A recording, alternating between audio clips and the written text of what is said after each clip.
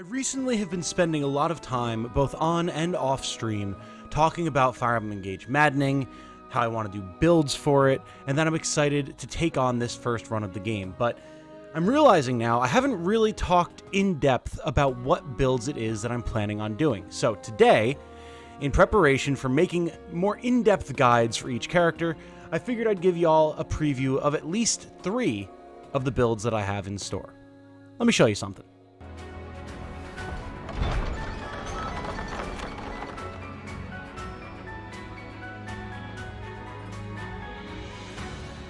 Hello everyone, my name is Tom, otherwise known as Titanium Legman. If you enjoy my content, find it fun, entertaining, educational, all that good stuff, please consider subscribing. I'm a small YouTuber who's doing YouTube as his full-time career, and every little bit of interaction and support helps immensely. We're trying to get to 15k subs by the end of the year, and with your help, we might just make it happen. So with that said, what are 3 of the builds that I'm currently working on? Possibly 4, but one is pretty tried and true, so it doesn't deserve as much screen time, I feel like. What are the builds that I'm planning on going for in this first run of Engage Maddening? Well, it only stands to reason that we start off with the leading man himself, because we are playing male Alear this time around. It's Alear. What am I doing with Alear in this run of the game? Well, if my experience in my hard mode run was any indicator, Alear is not the best physical combat unit. With fixed growths, it could be a little bit more salvageable. My Alear got really strength screwed in hard mode. But I had a thought.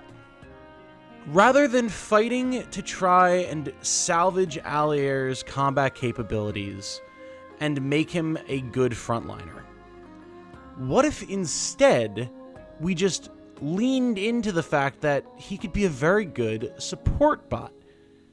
And that's when you look at Divinely Inspiring. So, if you were not aware, you should be, but if you were not, Alear's personal skill, Divinely Inspiring, grants adjacent allies +3 damage and allows them to take 1 less damage. And that can stack up, especially in Maddening mode, where you have enemies that have very high defense, where enemies are dealing a lot of damage, and 1 point might be the difference between you living and dying, and those 3 points might be the difference between you killing something and it staying alive to ravage your team on its turn. Something else that is worth considering is the fact that Alear's Divinely Inspiring allows you to force damage through. So if you would not normally be able to deal damage to an enemy, like their defense is just higher than your attack straight up, if a unit is next to Alear and gets this buff, they will guaranteed be able to deal 3 damage.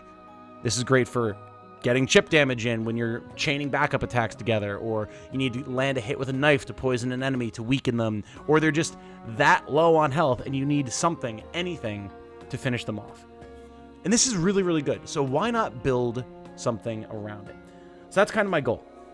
I'm going to have Alear potentially as a martial master. I haven't settled on his final class just yet, but as a support class that can use staves, stay in the back line, heal my allies. Every once in a while can come out swinging with some punches if I need to finish something off or break a mage or an archer or something like that. But mainly be in the back line providing that support. This is especially beneficial on Maddening, where you need every little bit of firepower that you can get. So rather than dedicating an extra slot or 2 to another separate healer, just have Alear. Alear is with you on every story mission. Why not just have your dedicated, guaranteed slot be a healer, and then you can build the rest of your combat team from there, knowing that you've got that locked in. So that's kind of my logic here. I'm in Martial Master right now just because having some extra physical attack power early on in the game might not be too bad. We don't need to worry about S-rank staves at the moment. Might wind up switching things around, we'll see. And right now I'm loosely considering these skills. Canter, and I know Canter is meta on everyone. I don't ascribe to that. Not that it's not good, it's just boring. But on Alear specifically, it'll be really nice as it'll allow you to heal, and then if you need to, adjust back into position to provide the best Divinely Inspiring boost that you can. So Canter's actually going to be really, really nice here. Then right now, I'm going with Staff Mastery from Micaiah. Not sure that I'm going to stick with this. It's kind of a placeholder until I get a better grasp of how Alear is going to perform. If there's something else that I could put on him, that would be better. But for right now, extra hit with status staves, extra healing. Alear's magic is kind of low at the moment because I just switched him over to this. That'll be good. That'll be helpful. I'm also not going to be sticking with Celica. This is just a placeholder emblem for now to get more SP. I'm probably going to wind up settling on Byleth, because again, Byleth is kind of the support emblem with Micaiah. Might put one of the DLC emblems on, probably not. Byleth just being able to give big stat boosts, especially since Alear is a dragon, that'll just be really beneficial, and then we'll be in the backline anyway. We can dance, canter, all that kind of good stuff. So I think we're going to be settling on Byleth here. Next up, we have Jean. And this is actually not a build of my own creation, although I'm excited to tinker with it, see if I come up with some different options. This comes from community member The Incompletionist, who came up with this build, and I'm very excited to try it out. This is what he calls his Plague Doctor build. So what we're going to be doing is we're going to be going into Wolf Knight with Jean here. And the idea is we're going to have Lucina on him so that he can have a huge move range, good stats because of expertise, and we're going to be poisoning just everything with backup attacks. Wolf Knight, of course, has the biggest move range of any knife-wielding class. We're not worried about covert bonuses, things like that. We just want big range so that Dual Assist Plus will trigger in a larger area, and on random attacks all over the place, Jean will appear, poison the enemy, weaken them, bada bing, bada boom, we're dealing more damage with the whole team. This is, again, especially going to be good on Maddening, since enemies are so tough, so every little bit of extra damage that we can eke out, both from backup attacks and then from the poison, will be nice. Also, I hear people saying, oh, you know, it's really hard to, like, train Jean up because Maddening, reduced XP gains, whatever. But Micaiah, as an emblem, just allows you to get so much XP, I'm really not worried about it. Like, I got Jean from 1 to 8 in a single mission, and it was a long mission, don't get me wrong, but, like, between just all of the healing that you can do with staves and then the big heals that you can get with Great Sacrifice, it's very easy to level. I have him in Axe Cavalier currently for the best growths in terms of, like, strength and speed and all that type of stuff, and we'll be changing him to Wolf Knight as soon as we're able to. I'm excited to see how this plays. Again, I haven't messed with it myself, but it sounds really cool in concept, so I'm hoping that we'll be able to bring some cool stuff to the table for you. Then, of course, there is the brave King Boucheron himself. Many of you have seen my video already detailing this build as it was in my hard mode run. And there were some constructive critiques. You know, nice, kind, polite, which I appreciate. People saying it is cool in concept, but they're worried about my ability to still deal damage with brave weapons in the long run. And we're suggesting that I may want to drop the extra backup skills like Dual Assist in order to pick up something that will allow me to deal more damage. And so we might wind up doing that. For those of you who didn't actually see the video, the idea is that Boucheron actually has a lot of viability due to his moved to tiers skill. When an ally joins a chain attack in this unit's combat, unit deals +2 damage. The idea being you have a brave sword, a forged brave sword in my case, on a hero Boucheron. This will allow you to get +8 damage if you're quadding, so long as an ally is backup attacking for you when you're attacking with Boucheron.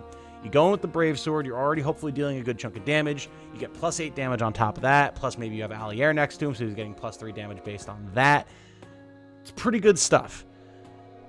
The plan is to level for a while through Berserker to fix up Boucheron's bad strength growths. He'll be at 50% strength growth in Berserker, which means in Maddening mode, it's fixed growth. You're guaranteed to get a point of strength every level. Get a good amount of levels through that, switch to hero, get hero's brave assist online, get a brave sword on Boucheron, and start going to town. Now, what skill will I potentially swap out for, well, what skill will I potentially put in if I take out Dual Assist? Not sure yet. Potentially just a raw attack skill. Potentially something like maybe Wrath, if we're trying to get a little bit more of a crit type thing going on. There's a lot of options, so I need to see how things play out. I need to see how the stat scaling kind of starts going in the later chapters, how Boucheron's stats are doing, all that type of fun stuff.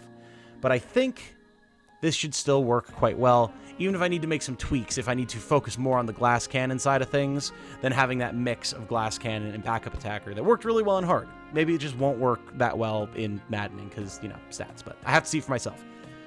In terms of what emblem I'm going to have on Boucheron, I'm probably going to stick with Marth for now. Obviously, we'll need to wait until we get Marth back after the break where you lose some emblems, get other emblems, all that type of good stuff. Because Marth just does work really well with the Brave Hero build. Get extra attacks off of Marth's skills. You have Lodestar Rush for a big chunk of damage when you need it, all that type of good stuff. But I will also have the DLC emblems at my disposal, so it's possible that something like, say, Hector would be better. I don't know. I have to see. The only ones that I've gotten thus far are the Rivals and Tiki, so need to see what that entails, but there could be some better options there as well. As far as everything else, I don't have any particular builds in mind yet. There are some standout characters that I haven't used before that I'm planning on using. Alchrist is one who's been performing extremely well for me. Don't know that I have a specific build beyond just going into his personal sniper class, but we'll see. I'm probably going to keep using Chloe this time around. Might go into Wyvern Knight, but again, not really too specific of a build. I am planning on using the Dodge Tank Yunaka build that I did a guide on as well, and that is very popular, because that just seems like it's going to be really good, and I know how well it performed on hard. I kind of want to see how well it performs on Maddening. So, again, if you were not aware, you can check out my video on that. I'll link it in the description, but the idea is you put Corrin on Yunaka. You're able to make Mist with Corrin. That gives 30 Avoid. Yunaka, being a covert unit, gets 60 Avoid.